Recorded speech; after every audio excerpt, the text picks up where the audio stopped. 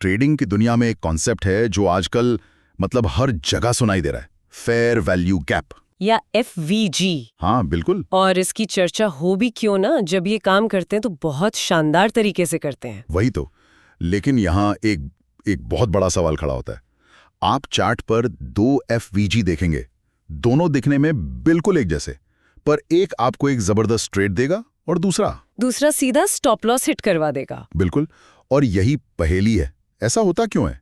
आज की हमारी पड़ताल का मिशन बस इसी गुत्थी को सुलझाना है। गुप्त तकनीक सिखाने का दावा करता है और इस तकनीक से अच्छे और बुरे फेयर वैल्यू गैप्स के बीच का फर्क तुरंत पता चल जाता है। हाँ। और देखिए, ये सिर्फ ट्रेडर्स के लिए ही नहीं है, ये किसी भी ऐसे इंसान के लिए है जो शोर में से सिग्नल को पहचानना चाहता है। आज हम सिर्फ ये नहीं जानेंगे कि फेयर वैल्यू गैप क्या है, बल्कि हम उसके पीछे की मार्केट साइकोलॉजी को समझेंगे। सही है। हमारा लक्ष्य वीडियो में बताए गए उन 6 जरूरी फिल्टर्स को समझना है जो एक आम से दिखने वाले पैटर्न को एक हाई प्रोबेबिलिटी ट्रेडिंग सेटअप में बदल देते हैं। तो चलिए इस कहानी को खोलकर समझते हैं। सबसे पहले ये फेयर वैल्यू गैप आखिर है क्या? बिल्कुल बेसिक से शुरू करते हैं। हाँ, अगर मैं इसे बिल्कुल आसान भाषा में समझाऊं तो जब कीमत बहुत तेजी से एक रॉकेट की तरह ऊपर या नीचे जाती है तो चार्ट पर एक बहुत बड़ी कैंडल बन जाती है। और ये मूव इतना अचानक और तेज होता है कि बाजार में एक असंतुलन, एक इम्बैलेंस पैदा हो जाता है। इम्बैलेंस, ये शब्द जरूरी है ना? हाँ, ये बहुत जरूरी है। ये बाजार की अक्षमता यानी मार्केट इनएफिशिएंसी का एक पल है। सोचिए, एक बुलिश मूव में कीमत इतनी तेजी से ऊपर भागी कि उस लेवल पे जितने सेलर्स बेचने के लिए तैयार बैठे थे, उन्हें मौका ही नहीं मिला। कीमत उन्हें पीछे छोड़कर आगे निकल गई। इस वजह से वहां खरीदारों और विक्रेताओं के बीच एक खाली जगह, एक वैक्यूम या गैप रह जाता है। और चार्ट पर इसे पहचानना भी काफी आसान है। उस बड़ी कैंडल से ठीक पहले वाली कैंडल की अपर विक से लेकर और उस बड़ी कैंडल के बाद वाली कैंडल की लोअर विक तक का जोन। हाँ, वही फेयर वैल्यू गैप है। और थ्योरी ये कहती है कि बाजार को ये अधूरापन पसंद नहीं है, वो इस इम्बैलेंस को भरने के लिए वापस उस जोन में लौट कर आता है। और इसी वापसी में ट्रेडर्स अपना मौका ढूंढते हैं। बिल्कुल सही। ये जोन एक चुंबक की तरह काम करता है जो कीमत को अपनी तरफ वापस खींचता है ताकि उन लेवल्स पर जो ऑर्डर्स छूट गए थे वो भरे जा सके, लिक्विडिटी को बैलेंस किया जा सके। हाँ, लेकिन यहीं पर 90% ट्रेडर्स गलती करते हैं। वे हर गैप को एक मौका समझ लेते हैं, जबकि असल चुनौती तो यहीं से शुरू होती है। बिल्कुल। कीमत हमेशा जोन का सम्मान नहीं करती, कई बार वो उसे चीरती भी निकल जाती है। इसलिए सिर्फ गैप ढूंढ लेना आधी लड़ाई भी नहीं है। और यहीं से हमारी जासूसी शुरू होती है। हमारे स्रोत के मुताबिक ज्यादातर ट्रेडर्स इसलिए फेल होते हैं क्योंकि वे अमान्य या इनवैलिड गैप्स पर ट्रेड कर बैठते हैं। तो एक वैलिड गैप की पहचान क्या है? इसके लिए स्रोत हमें 6 चेक पॉइंट्स वाली एक चेकलिस्ट देता है। और यही वो तकनीक है जो अंदाजे पर ट्रेडिंग करने और एक सोची समझी रणनीति के बीच का फर्क तय करती है। तो चलिए एक एक करके इन सुरागों को जोड़ते हैं। पहला सुराग क्या है? पहला और सबसे जरूरी नियम, गैप अनमिटिगेटेड होना चाहिए। अनमिटिगेटेड मतलब जिसे पहले इस्तेमाल ना किया गया हो। हाँ, इसका मतलब अगर गैप बनने के बाद कीमत कभी भी उसमें वापस आके उसे छू चुकी है तो वो गैप मिटिगेट हो चुका है, उसका काम खत्म। वो हमारे लिए अब किसी काम का नहीं है। हमें एक ऐसा गैप चाहिए जो बिल्कुल ताजा हो, अछूता हो। बिल्कुल। इसे ऐसे सोचिए, एक अनमिटिगेटेड गैप एक पार्किंग स्पॉट की तरह है जो अभी अभी खाली हुआ है और उस पर किसी की नजर नहीं पड़ी। अच्छा, अनटच्ड। लेकिन असली कहानी तो तब शुरू होती है जब कीमत उस जोन में वापस पहुंचती है। अब हमें क्या देखना है? क्या जैसे ही कीमत उस जोन में घुसे हम ट्रेड ले लें? नहीं, बिल्कुल नहीं। और यहीं हमारा दूसरा फिल्टर काम आता है, गैप के अंदर कैंडल की प्रतिक्रिया। कैंडल की प्रतिक्रिया? हाँ, जब कीमत उस फ्रेश गैप में वापस आती है, हमें ये देखना है कि वो वहां करती क्या है। आदर्श स्थिति ये है कि कैंडल या तो गैप के अंदर ही बंद हो या फिर गैप की ओरिजिनल दिशा में बंद हो। एक मिनट, ये बात थोड़ी मान लीजिए एक बुलिश FVG है और कीमत नीचे आ रही है। अगर कैंडल की विक गैप को पूरी तरह से पार कर जाए लेकिन बॉडी अंदर बंद हो तो भी ट्रेड वैलिड है? बहुत अच्छा सवाल है। ये तो ऐसा लगता है जैसे बाजार ने गैप को लगभग तोड़ ही दिया था। असल में विक अक्सर लिक्विडिटी को पकड़ने के लिए उस जोन के पार जाती है। वो स्टॉप लॉस को हंट करती है। लेकिन कैंडल की बॉडी हमें बताती है कि उस टाइम फ्रेम के अंत में कंट्रोल किसके हाथ में था। अच्छा, खरीदारों के या विक्रेताओं के? हाँ, अगर बॉडी गैप के अंदर या उसकी दिशा में बंद होती है तो ये एक मजबूत संकेत है कि बाजार उस लेवल का सम्मान कर रहा है और खरीदार वापस कंट्रोल में आ रहे हैं। और अगर बॉडी गैप को तोड़कर नीचे बंद हो जाए? तो इसका मतलब है कि गैप फेल हो चुका है, अब उसमें कोई दम नहीं बचा। तो कैंडल की बॉडी का क्लोज होना ही असली कंफर्मेशन है। समझ गया। तो विक धोखा दे सकती है, असली कहानी बॉडी बताती है। ठीक है, तो हमारे पास एक फ्रेश गैप है और कीमत ने उस पर सही रिएक्शन भी दिया है। अब हमारा केस मजबूत लग रहा है। क्या हम इसे और भी ज्यादा पुख्ता कर सकते हैं? हाँ, बिल्कुल कर सकते हैं। और यही हमारा तीसरा कारक आता है, दूसरे संगमों या कॉन्फ्लुएंसेस का उपयोग करना। मतलब हम सिर्फ एफवीजी पर ही निर्भर नहीं रहेंगे? नहीं, हम देखेंगे कि क्या उस जोन में कोई और भी महत्वपूर्ण लेवल है जो हमारी बात को सपोर्ट कर रहा हो। जैसे? स्रोत में एक उदाहरण था जहां एक बुलिश एफवीजी के ठीक बीच में एक पुराना सपोर्ट लेवल भी था। बिल्कुल। तो वहां दो अलग अलग वजह थी कीमत के ऊपर जाने की। और ये सिर्फ टेक्निकल इंडिकेटर्स को एक के ऊपर एक रखने जैसा नहीं है। तो फिर ये क्या है? यह बाजार की साइकोलॉजी को समझने जैसा है। सोचिए, एक एफवीजी ट्रेडर उस जोन को देख रहा है, एक सपोर्ट रेजिस्टेंस वाला ट्रेडर भी उसी लेवल पर नजर रखे हुए हैं।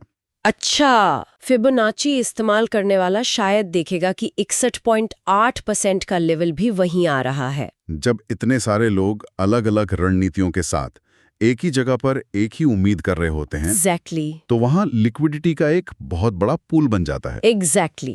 असली ताकत वहीं से आती है, आप अकेले नहीं होते। ये समझ में आता है। तो एफवीजी के साथ एक और कंफर्मेशन लेयर जुड़ने से हमारी प्रोबेबिलिटी बढ़ जाती है। लेकिन एक और समस्या है। मैंने देखा है कि एक ही बड़े ट्रेंड में कई बार 2-3 एफवीजी बन जाते हैं। हाँ, ये होता है। अब सवाल ये है कि हम दांव किस पर लगाएं? क्या सब बराबर हैं? नहीं, बिल्कुल नहीं।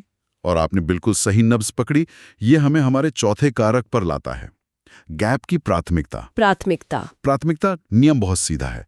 एक बुलिश ट्रेंड में अगर कई गैप्स हैं तो सबसे नीचे वाला गैप सबसे मजबूत होगा। और बेरिश ट्रेंड में सबसे ऊपर वाला गैप सबसे मजबूत होगा। इसका कारण यह है कि सबसे निचले या सबसे ऊपरी गैप अक्सर उस शक्तिशाली चाल के शुरुआती बिंदु होते हैं। अच्छा, वो सबसे बड़े और असली इम्बैलेंस को दिखाते हैं। बिल्कुल।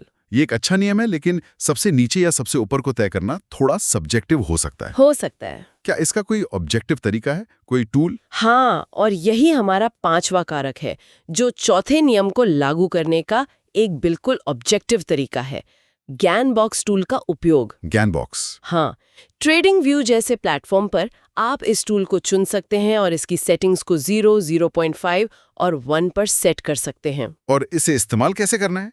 मान लीजिए एक बुलिश मूव है, तो आप इस टूल को उस मूव के सबसे निचले बिंदु से सबसे ऊपरी बिंदु तक लगाते हैं, स्विंग लो से स्विंग हाई तक। हाँ, यह टूल उस पूरी चाल को 2 हिस्सों में बांट देगा, 0.5 लेवल से नीचे का डिस्काउंट जोन और 0.5 लेवल से ऊपर का प्रीमियम जोन। डिस्काउंट और प्रीमियम। नियम यह है कि आप खरीदारी केवल डिस्काउंट जोन में ही करेंगे, यानी आप सिर्फ उन एफवीजी पर ट्रेड करेंगे जो 0.5 लेवल के नीचे हैं। अच्छा।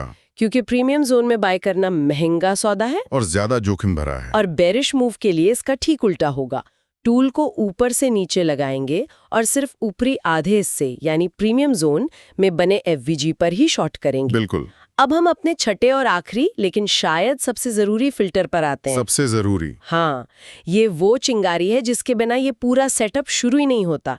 ये है स्ट्रक्चर का टूटना, ब्रेक ऑफ स्ट्रक्चर, बीओएस। अच्छा, तो ये सब शुरू होने से पहले ही कहानी में आ जाता है। हाँ।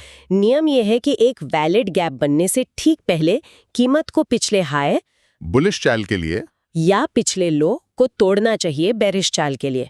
अगर ये बीओएस नहीं होता है तो वो एफवीजी भरोसेमंद नहीं है। और यहाँ सबसे बड़ा सवाल खड़ा होता है, मार्केट का इंटेंशन क्या है? ब्रेक ऑफ स्ट्रक्चर बाजार के इरादे की पुष्टि करता है।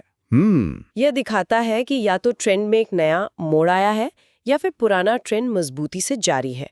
एफवीजी उस आक्रामक चाल का परिणाम है जिसने स्ट्रक्चर को तोड़ा है। मतलब ये सिर्फ एक रैंडम गैप नहीं है। नहीं, ये बाजार की दिशा में एक महत्वपूर्ण कदम का हिस्सा है। एक ऐलान है कि मैं इन दिशा में जा रहा हूँ। वाह, तो ये है पूरी चेकलिस्ट। गैप फ्रेश हो, कैंडल की प्रतिक्रिया सही हो, दूसरे संगम मौजूद हो, गैप सही जगह पे हो मतलब डिस्काउंट जोन में, और सबसे जरूरी ये सब एक ब्रेक ऑफ स्ट्रक्चर के बाद हुआ हो। अब सवाल ये है कि ये सब असल में चार्ट पर कैसा दिखता है। चलिए स्रोत में दिए गए ट्रेड उदाहरण को साथ मिलकर देखते हैं और इन 6 नियमों को एक्शन में पकड़ते हैं। ठीक है, तो चार्ट हमारे सामने है।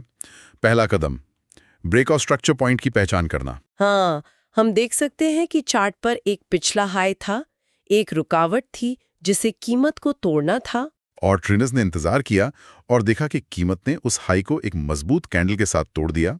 तो हमारा पहला चेक पॉइंट BOS कंफर्म हो गया। कंफर्म। और जैसा कि अक्सर होता है, इस शक्तिशाली चाल के दौरान एक नहीं बल्कि 2 फेयर वैल्यू गैप भी बन गए। अब हमारी चेकलिस्ट काम पर लगती है। नियम नंबर 1, क्या ये गैप्स अनमिटिगेटेड हैं? हाँ, बिल्कुल। ये अभी बने हैं तो जाहिर है कि ये फ्रेश है। तो ये चेक भी पास हो गया।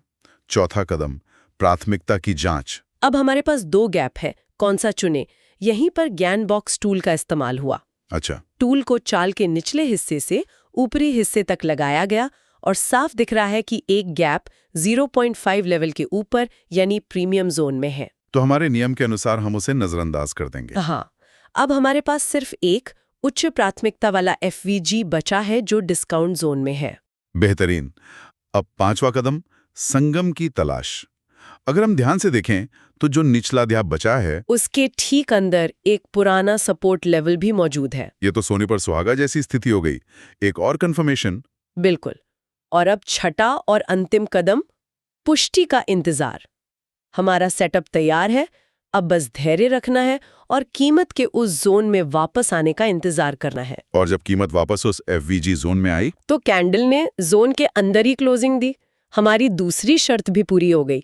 कैंडल रिएक्शन पॉजिटिव था। और बस 6 के 6 नियम एक लाइन में खड़े हो गए।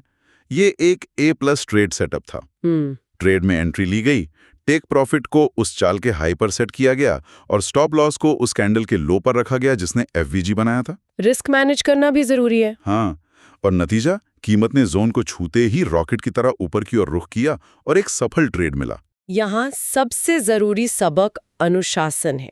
ये सिर्फ चार्ट पर एक पैटर्न ढूंढने के बारे में नहीं है, बल्कि एक सिस्टमैटिक फिल्टरिंग प्रोसेस का पालन करने के बारे में है। हर नियम एक गेटकीपर की तरह है। बिल्कुल।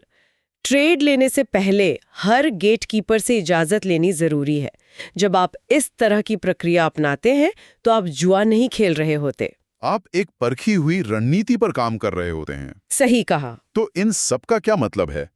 आज की चर्चा से सबसे बड़ा सबक मेरे लिए ये है कि ये सिर्फ फेयर वैल्यू गैप्स के बारे में नहीं है।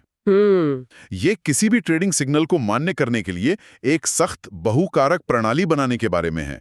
स्रोत ने हमें दिखाया कि कैसे 6 अलग-अलग फिल्टर लगाकर एक आम से दिखने वाले पैटर्न को एक हाई प्रोबेबिलिटी सेटअप में बदला जा सकता है। ये भीड़ में से अपने दोस्त को पहचानने जैसा है। हाँ, जिसके लिए आप कई निशानियां देखते हैं, सिर्फ एक नहीं। बिल्कुल। और ये मुझे एक ज्यादा बड़े विचार पर लाता है जो सिर्फ ट्रेडिंग तक सीमित नहीं है। ये वीडियो हमें एक नियम आधारित प्रणाली दिखाता है। ये सोचने वाली बात है कि कई बिंदुओं वाली चेकलिस्ट बनाने का ये सिद्धांत विश्लेषण या निर्णय लेने के दूसरे क्षेत्रों में कैसे लागू हो सकता है। जैसे कोई बिजनेस का फैसला हो या कोई नया निवेश। हाँ, या कोई निजी जीवन का बड़ा निर्णय। क्या हम अक्सर सिर्फ एक डेटा पॉइंट या एक सिग्नल के आधार पर कूद पड़ते हैं, या असली ताकत हमेशा कई स्वतंत्र पुष्टियों के संगम में ही होती है? सही बात है। शायद हमें हर फैसले से पहले अपनी एक पर्सनल चेकलिस्ट बनानी चाहिए। ये सोचने वाली बात है।